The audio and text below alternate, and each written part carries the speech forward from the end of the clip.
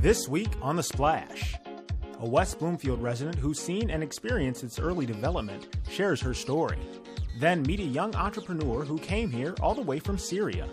And later, a former student of West Bloomfield High School gives back to his community. The Splash is a production of Civic Center TV. We're a news magazine that covers everything, from local news to feature stories. Also that we can bring you the latest from the greater West Bloomfield area. And now, let's dive into The Splash. Welcome to The Splash. I am your host, Jonathan Jackson, and as always, thank you for joining us. We start off this week with a story on a local woman from West Bloomfield who's lived there since she was born and has seen just how far we've come as a community since the early 1900s. Here's The Splash's Lawrence Nyland with more on her life story. For 85 years, West Bloomfield resident Bernadine Pepple has seen her township grow from rural farmland into a suburban community. But despite all of the change, she still considers herself a farm girl at heart. I think there's nothing like farm to bring up a child or to learn the lay of the land, and that land has to breathe, and that trees are so very important. Growing up, Bernadine lived in a large farmhouse on the corner of Maple and Farmington Road. Her father, Carl Weber, owned 150 acres of land and oversaw a number of livestock. We had 65 milking cows. My mother and dad and my Uncle Walt milked them by hand. And we sold our milk to Wilson's Dairy in Detroit and St. Mary's College. When she was old enough, Bernadine's parents sent her to the Hosner Schoolhouse in West Bloomfield until the 8th grade. Afterwards, she attended classes at Roosevelt High School in Kiko Harbor, where she came to realize how much the community's population was growing. We had to take a bus to Kiko Harbor, to Roosevelt School. We had lots of teachers there, lots of rooms. You had lockers. Gym, you had showers. We had outside bathrooms at home. By the age of 15, Bernadine was engaged to her husband, Paul Pepple. Her father offered to hold the wedding on the farm and gave her and her fiancé 1.5 acres of land, which she still lives on to this day. But when building their house, Bernadine and Paul were met with a few roadblocks due to West Bloomfield's urban development. But at the time we were building our house, we came one day with a sign on the front door, "Stop work," that the Northwestern Highway was going to go through our house. So they put a stop on us pretty much 5 years. And then they released it, so we finished our house and moved in 55. During that time period, a number of other families from across greater West Bloomfield began building homes as well, which eventually led to the development of roads, businesses, and schools. Even with all the changes over the years, Bernadine insists that there's no place she'd rather be. But if there's one thing she misses about her township, it's the openness that she used to share with her neighbors. The growth never bothered me. It's just a whole different world back there. You knew your neighbors, and your neighbors, if they went past your house, they honked, or they even had time to stop and say hi. That I miss. I think that would be lovely if that ever would come back. For The Splash, I'm Lawrence Nyland. Thank you, Lawrence. And if you'd like to see more from this segment, you could visit civiccentertv.com/Bernadine Pepple. Our next story is on another resident of West Bloomfield who's originally from Syria. Her name is Mesa Rajo, and she works as the owner and director of the Tutoring Center on Orchard Lake Road. 3 years ago, the Tutoring Center opened its first location in West Bloomfield. The building is run and owned by Mesa Rajo, a former immigrant turned local resident who now works as an entrepreneur. I lived in the United States from the age of 2 till 10. Then my parents decided to go back to Syria, where we are originally from, and I did not know the language. I did not know how to read or to write it. So it was, I did have a tutor that came to my house every single day to help me out, obviously, to learn it and to understand it. But what inspired this idea, actually, was my own daughters. As a parent, Mesa noticed her daughter's lack of interest in school at home and figured that many others must go through the same. However, she wasn't a teacher by trade, so instead thought that she could provide a benefit to her community through tutoring. We do a free diagnostic assessment, which is basically our test. We test the kids both in math and reading. So we get to know what we're dealing with, what they know, what they don't know, what their struggle might really be. The parents might say something, but the test might reflect something else. We have a one-to-one instruction, so the child would be sitting right next to the tutor, guiding him through his binder, explaining things to him. However, the students aren't just involved in the tutoring process alone. We sit down with the parent for a test consultation, and we go over the test results, so they'll have a better idea, what's going on, how their kids scored, and what their grade level is both in math and reading. We decide which program we want to go with. We always offer the 2 sessions are completely free as a tryout. So we want the parents to be 100% sure that, yes, this is the program that we want for our child. Because of Mesa's involvement, both staff and attendance at the tutoring center have grown these past few years. But for her, the true reward comes from helping the students. I started my 4th year right now. Things are getting, better and better every single year. We're getting a lot of great feedback. The most rewarding feeling ever is to see that smile on a child's face that, I'm getting better grades and I'm bumping up from, let's say, C's and D's to A's and B's, and this is obviously our goal, but it's a feeling that never, ever, faints or go away. In West Bloomfield, reporting for The Splash, I'm Jonathan Jackson. And if you'd like to find out more about the Tutoring Center and all the academic programs that they offer to children after school, then please go to their website at westbloomfield.tutoringcenter.com or give them a call at 248-432-7288. Well, stick around because we've got more to show you this week, including another new episode of Sidewalk Talk, as well as our latest Civic Center event update. Don't go away. You're watching The Splash on Civic Center TV.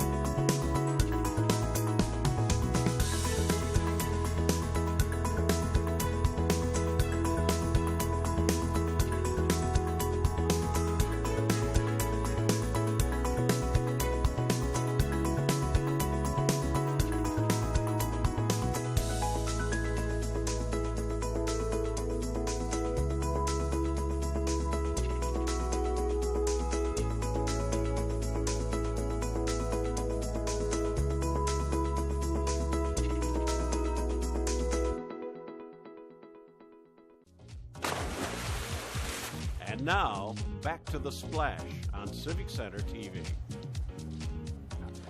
Welcome back to The Splash. I'm your host, Jonathan Jackson.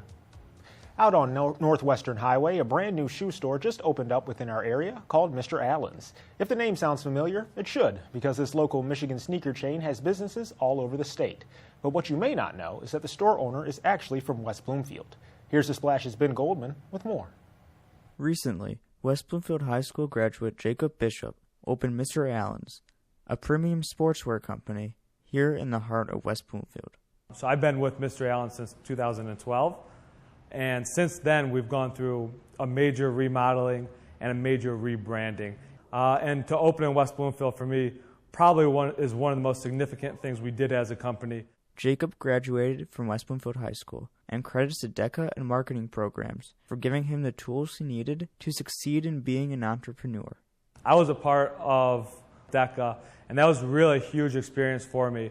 After my first marketing class in West Bloomfield, I started my own business. Raid Sweni is taking several marketing courses at West Bloomfield High School, which helps him with working at Mr. Allen's. I do think that my marketing class did help a lot because we were working in the store, the school store, and we were doing a lot of stuff, but we're learning how retail works and learning how to be a sales associate. We have a lot of stuff for our sports marketing class where we have to do a lot of stuff for Mr. Allen's, so it kind of helps being like on the inside of it. Having a Mr. Allen's in West Bloomfield is a huge opportunity for the community. I consider this a really important location. It's not something that we take lightly to open really in the heart of West Bloomfield. Reporting for The Splash, this is Ben Goldman. Thanks, Ben. And for those who'd like to see more from this segment, you can visit our website at civiccentertv.com/Mr.Allens. Well, now let's turn over to Splash reporter Sheena Monin, who's out on the streets of Greater West Bloomfield with some brand new questions on Sidewalk Talk.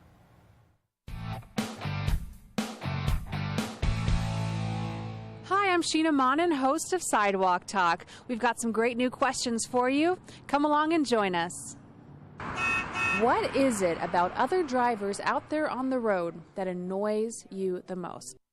Basically the ones who never use their turn signal. That is the worst when they just cut off right in front of you.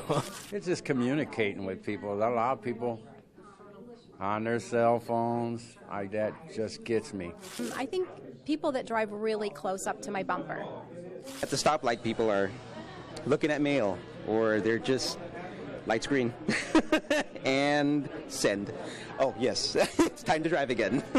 The driver that honks the horn when the light changes, or the one that zips past you and cuts in front of you. Mothers who are on the phone and not taking advantage of the time they have to talk to their children in the car. When I'm in the lane, I own the next 60, 70 feet. So when someone comes in there with their Toyota Corolla and then they slow down, I am so offended because, come on, they're making me slow down. Just go the speed limit. I mean, that's it. Just go the speed limit. That's what it's there for. Texting and using a cell phone while they're driving is distracted driving, very dangerous. They don't realize how dangerous it is. I wish it would be outlawed, or people would just say, hey, it is foolish, I'm going to stop doing it. What is it about other drivers out there on the road that annoys you the most? Oh, when you, like if you're at a busy intersection and you let someone go, like you wave so they can go, and they don't acknowledge it, they just go without waving back. You could give us that informal thank you. When they do not let you in, when they see you are trying to move over, they're nasty, and they will speed up.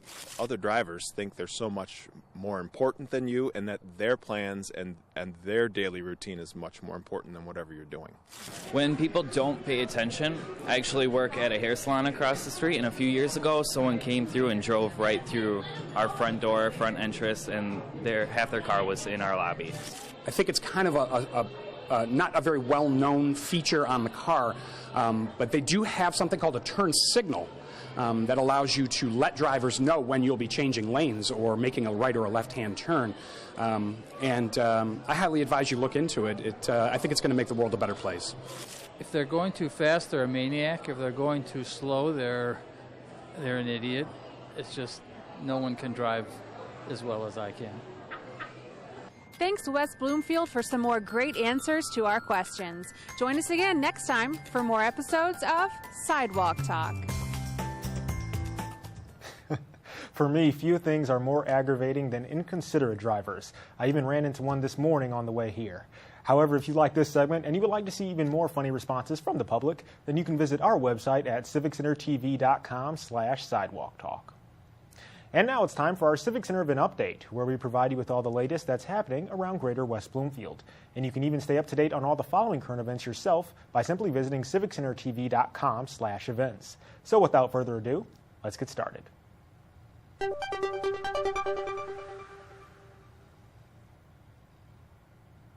West Bloomfield Township is looking for volunteers to join Town Hall's employees in beautifying a stretch of Haggerty Road north of 14 Mile. It all starts on Friday, May 5th at 3:30, but volunteers are asked to meet at West Bloomfield Township's hall a half hour earlier to prepare. Also, garbage bags and gloves will be provided. Please contact Zia Orem at 248-451-4813 to volunteer or for more information. The Band Boosters Association of West Bloomfield is holding its spring fundraiser at the Orchard Lake Community Church on Friday, May 5th from 6:30 until 9. The night includes music, entertainment, appetizers, and a silent auction, and the price is just $20 per adult or $10 per student, and that includes admission as well as 5 raffle tickets. Coming soon, there will be dozens of adoptable pets from our area's best rescue and foster groups. You can meet your fuzzy friend on Saturday, May 6th from 10 a.m. until 2 p.m. at the Recreation Activity Center. And in case you get a little hungry or want to explore, there will be a food truck nearby along with an open nature room to all families. Call now for more information at 248-360-1425. Sylvan Lake Parks and Rec invites you to their 13th annual Sylvan Shuffle located at the Sylvan Lake Community Center on Saturday, May 6th at 9 a.m. For any interested participants, there is a 5K race for runners, a 5K walk for older residents, and a 1K fun run for all children aged 12 and under. The money raised from this event will go toward the Sylvan Lake Parks and Recreation projects, and to register for the race, you must go to sylvanshuffle2017.com. Please join West Bloomfield School District at the Administrative Community Services Playground for the Kitty Kite Day and Summer Camp Fair. It all starts on Saturday, May 6th at the ACS building between 11 a.m. and 2 p.m. While there, children can build and fly kites, while parents get to meet with the staff. To participate, please call WBSD at 248-865-6462 and let them know if you're interested. Due to the unforeseen circumstances at Greater West Bloomfield Community Coalition's 8th annual fundraiser, there will be Fundraiser 2, the sequel, held on Wednesday, May 10th at the Orchard Mall from 11:30 a.m. until 1:30 p.m. and then from 5 until 7 p.m. Come and bid on the various silent auction items and enter to win raffle prizes as well as participate in a 50-50 drawing. If you don't have time to stay, then there is a buy it now pricing option that finds and purchases the items you want so you can take them home with you quick and easy. Go to the Greater West Bloomfield Community Coalition website for more information.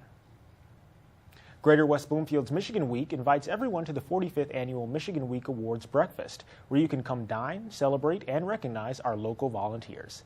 This year it will be held at the Orchard Mall on Friday, May 19th, starting at 7 a.m., but you can buy your tickets on Friday, May 12th at their website or through West Bloomfield Parks.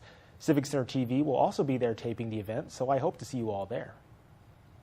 For any exhausted parents, the popular Kids Night Out event is the perfect opportunity to drop off your children at the Nature Room on Friday, May 12th from 6:30 until 9:30 p.m. The program will feature games, snacks, animals, and science experiments for the little ones. However, pre-registration with the Camp General waiver form is required, and the kids must be ages 5 through 11 as well. If interested, the cost is only $20 for resident children and $25 for non-resident children. The Chaldean Cultural Center is open to the public and is located at the eastern end of the Shenandoah Country Club. Make your way through Mesopotamia or take a journey to America through their various exhibits. The museum is open 3 days a week on Tuesdays, Fridays, and Saturdays, but for more information you can go to their website or call the center ahead of time at 248-681-5050. Food selection can play an important role in controlling variables such as sodium, calcium, iron, and cholesterol, which is why on Tuesday, May 16th at 11 a.m., dietitians from Henry Ford West Bloomfield will help you understand how to control those factors for a healthy lifestyle. The cost of the class is only $10 per person and includes a $5 voucher for Henry's Cafe, but you must register at their website first. This next event offers a driving course for those ages 50 and older. Learn defensive driving techniques, new traffic laws, and the rules of the road. Also, auto insurance companies in most states will provide a multi-year discount to AARP graduates, but please consult your insurance agent first. The class is on May 23rd and 24th from 10 a.m. until 2 p.m. at Drake Sports Park, and the cost is $15 for AARP members and $20 for everyone else. Lunch will not be provided, but there's a 30-minute break at noon each day. Please call 248-451-1900 for more information. And that's all for now. However, if you're looking to find even more events going on in your neighborhood, then be sure to follow us at civiccentertv.com/events and look up our events calendar. Or watch us here for more information on everything going on in the greater West Bloomfield area. And as we head into the break, stay tuned, because afterwards I'll be talking with West Bloomfield's Deputy Chief, Curt Lawson. Don't go away. You're watching The Splash on Civic Center TV.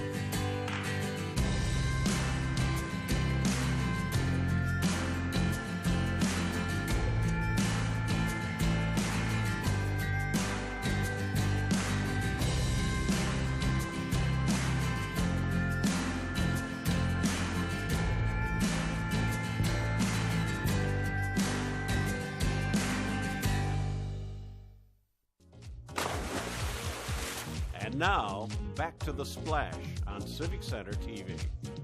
Welcome back to The Splash. I'm Jonathan Jackson, and my guest on the show this week is Deputy Chief Curt Lawson with West Bloomfield's own police department, and he's also the chairman for West Bloomfield's Youth Assistance. Curt, thank you for joining me today. Glad to be here. It's always a pleasure to have you, and we've seen you many times at Civic Center TV, but glad to have you on The Splash now. Well, thanks for the invite. Now, Curt, can you tell us a little bit about what you do over the police department? You're the deputy chief, but I am. How did you get involved with that? Well, I was appointed to deputy chief in 2015. And I've been with the department for 21 years, and it's been 21 great years, and I've had the opportunity to do many things throughout the police department, whether it's been undercover or being a detective or just being a road officer out there one-on-one with the public. I've enjoyed each and every step, and I've worked my way up, and 21 years later, the chief of police appointed me, like I said, back in 2015 to deputy chief. Awesome. And when you, what inspired you to become a police officer? What was that motivation behind it? Well, I've wanted to be a police officer since I was very little, probably 8 years old, and I always thought I'd be in the FBI. But once I got to West Bloomfield, I was here a couple of years, I just kind of fell in love with the community. And I think like 99.9% of people that get into law enforcement, we do it because we want to help people. We want to do just a little something for the community, try to make an improvement, and this is a great community to do that in, and I've been here ever since. That's wonderful, yeah. And what's a day-to-day for you as deputy chief? What are some of your tasks that you go through? Well, every day is different. That's what's great about law enforcement, right? You never know what's going to happen, but there's really three main focuses that I work on as deputy chief. The first one is I see the oversight of the police department, the day-to-day operations. Okay. We have the administration, the patrol division, the investigations division. And we have very competent lieutenants that oversee all of that. But there comes time when they have questions or they need a decision made at a higher level, and that's when they come to me. So I enjoy doing that. I enjoy making decisions. I spend a great deal of time going out within the police department and talking to our people to see, what are their thoughts, what are their ideas, how's everything going. I want to make sure their needs are met, that we give them the proper equipment, the proper training. I love just the one-on-one. And really, we get so much in return. This communication back and forth between the upper management and our employees just make us very successful. Wonderful. And then the third thing that I really love doing is getting out into the community. And it's so important that we have a good relationship with the community. And we're fortunate that we do in West Bloomfield, because when you have the police here and the community here and they're not like this, then we're not going to be successful. And I think that we have a great cohesive relationship in West Bloomfield, and I love being part of it. You do, really. I mean, truly, the community is such a big part of what you guys do with the police department, and you yourself are involved with West Bloomfield's Youth Assistance, and that organization also has a big part here in West Bloomfield. Can you tell us a little bit about what you do there? Sure. About 4 years ago, Trustee Rosenberg asked me to be part of Youth Assistance, and at the time I wasn't sure what that involved or even what Youth Assistance was on a large scale or big picture. And I spent the first 6 to 8 months just sitting around the director's table with all these amazing volunteers and just kind of listening to them. And I was blown away about their commitment to families and kids within our community. And my role has grown over the 4 years. And I'm now the chairman of Youth Assistance. And I just say that they do such great things for the community, whether it's their mentoring, their family services, youth awards, and this new program they have, Parenting on the Go, which is amazing because we thought, what's a great way to get great information to parents to help them with their kids in the community. Mm-hmm. So we came up with these 4 to 5 minute videos put on by local experts where moms and dads can go to these webinars, take a look at it at their convenience, and it's been a huge hit in the community. Well, I'm glad you said that because I love being a part of it. Civic Center TV's. And thank you very much for being a part of it. Hey, it's not a problem. Parenting on the Go is such a great program, and like you said, so many great experts and local leaders here in the community who we get to talk to and really hear their thoughts. And like you said, it's short webinars, but they're very informative, and that's what makes them great. And like you said, we have so many resources right here in the community. We want to use them. We want to get that information out to the parents where they can really use it. Now, one other thing, though, that you're very heavily involved in is the Police Foundation, correct? Right. And what do you do there, and what is it about, too?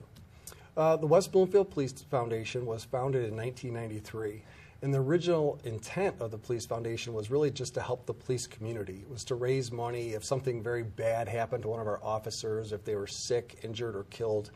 We wanted to be there for them and their family. And we have been there, and we've been very successful. But in the last few years, we wanted to reach out and not only help our own community at the police department, but we wanted to help the greater West Bloomfield community. And we have raised a great deal of money. We've had amazing community support.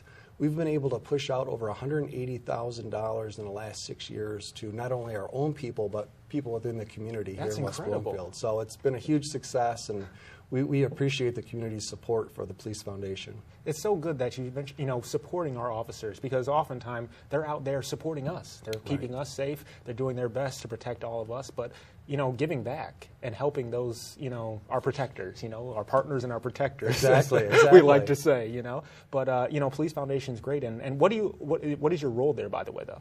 I've been president for about the last 5 years. Oh, okay. But really, it's just a title. I'm not running the entire thing. It's a group effort. It's a team effort. I've got a great team of 12 individuals that really come together and make great things happen. Well, that's great, Curt. I really am glad to hear that, and I'm glad to see that you're so heavily involved, not just in the police department, but also in West Bloomfield community. It's very important. Yeah. Thank you. Well, thanks again. Thank you. All right, everyone. Well, once again, Deputy Chief Curt Lawson with the West Bloomfield Police Department. If you see him out in the community, don't be afraid to say hi or, give him a greeting. He's a great guy, as you guys can see. And feel free to thank or acknowledge our other police officers within our area. I'm sure they'd be glad to hear from you all as well. Thanks again. Thank you. All right, everyone. Well, now let's turn to our newest recurring segment on The Splash, which we just talked about earlier, called Parenting on the Go, which is a program that we make in partnership with West Bloomfield's Youth Assistance, and it features tips and resources to parents of all ages and backgrounds.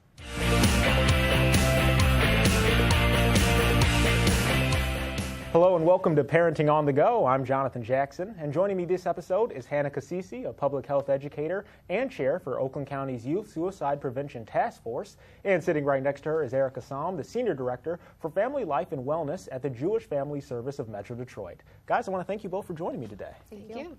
Now, we're going to talk today about a very serious issue that I think all parents and all communities should be aware of, suicide prevention. And how heavily would you say, Hannah, that suicide has impacted our community here? Yeah, so suicide is the second leading cause of death for persons ages 10 to 24, and that's on a national level and a state level in Michigan.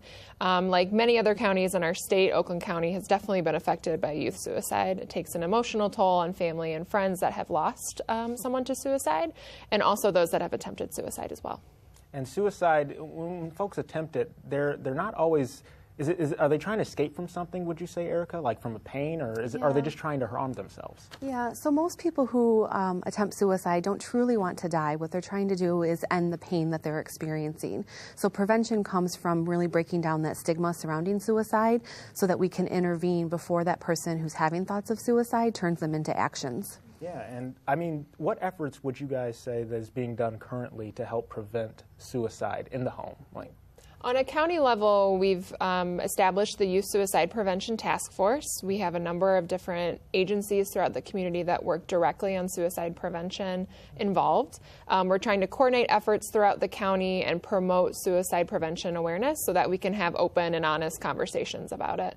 Like Erica mentioned, it's important to have those conversations to break down that stigma and promote help-seeking behaviors. Exactly. I think educating ourselves on the issue beforehand is important. And it's not just for our professionals either, right? We should be just as educated as well. Absolutely, because the reality is that most people who are having thoughts of suicide are going to come in contact first with a friend, a teacher, a youth group leader, more so than they're going to come initially with a professional. So everyone really needs to be involved. It's a community effort. I agree. Now, one thing we also want to talk about are what are some warning signs that we can look out for? Hannah, what would you say should parents always be mindful of when they're with their children? Yeah, we need to be alert for warning signs such as withdrawal, isolation, anxiety, agitation, any major change, any ongoing change in mood or behavior. Those are some really big warning signs, as well as if you hear phrases like life isn't worth living anymore or what's the point, you need to get immediate help. Phrases that sound almost like giving up. Right. Sound like just no hope or, that kind of mentality. And what would you say, Erica, though, can parents be alert of in preventing suicide? Well, so I would say the first two things that a parent can do or family members can do is to make sure that they lock up their medications so that the youth does not have access to them, as well as if there's any firearms in the home, they really need to be removed. Firearms is the most common and most fatal use means to suicide, more so than all other means combined, and that's because a firearm can be the most fatal. Of course, of course. All very good information, all very good things that we should keep in mind because, you know, suicide is a very serious issue, but there are ways we can prevent it at the home. Absolutely. That's always good. So thank you guys so much for joining me today. Thank you. All right. Well, thank you all for joining us as well on this episode of Parenting on the Go. And remember, if you'd like to look at more helpful parenting tips, then please go check out West Bloomfield Youth Assistance's website at wbyyouthassistance.org. Take care, everyone. And I'd like to give another thanks to Hannah and Erica for sharing that information with us. Suicide prevention is a major concern, not just within our area, but also around the nation. And we want to spread the word as much as we can for those in need of help. And if you'd like to see more episodes or hear other tips for you and your child, then stay tuned to Parenting on the Go on our website at civiccentertv.com/parenting-to-go. And now it's time for our final segment on The Splash called Person of the Week, where we recognize someone within the community who is either inspiring or providing toward others. And this week's recipient is John Martin, the city manager of Sylvan Lake. As the city manager of Sylvan Lake, John Martin is a man who's almost always busy. He's typically responsible for most, if not all, of the day-to-day operations of the city, such as enforcing its laws, supervising its employees, and preparing its annual budget. But in addition to these duties, John also serves his community in other ways. For example, he oversees Sylvan Lake's Public Works Department, which helps to maintain and stabilize the city's infrastructure. In fact, John used to work within the department several years ago, but eventually worked his way up to the position he's in today. And now, 30 years later, he's still serving within the community. In his spare time, though, you can often find John playing with the Motor City Brass Band as their bass trombone. He's been a member since 1999 and is gifted in both performing and singing, as he was also seen at last year's Memorial Day Parade singing the Armed Forces Medley. It's just one of many reasons why we're nominating John Martin, a talented, hardworking, and dedicated individual, for our Person of the Week. And if you happen to know someone who's providing a service to their community, then let us know by sending an email to thesplash@civiccentertv.com. We want to congratulate those who are making a difference in our area, and we appreciate all of your suggestions. And that's going to do it for us this week. But as always, you can catch new episodes of The Splash every Monday at 6:30 and throughout the week for replays. Or you can look up previous episodes online at civiccentertv.com. And don't forget to follow us on Twitter, YouTube, and Facebook under Civic Center TV for more information. And for all our friends in Sylvan Lake, Orchard Lake, Keego Harbor, and of course West Bloomfield, I'm Jonathan Jackson, and we want to thank you all for watching.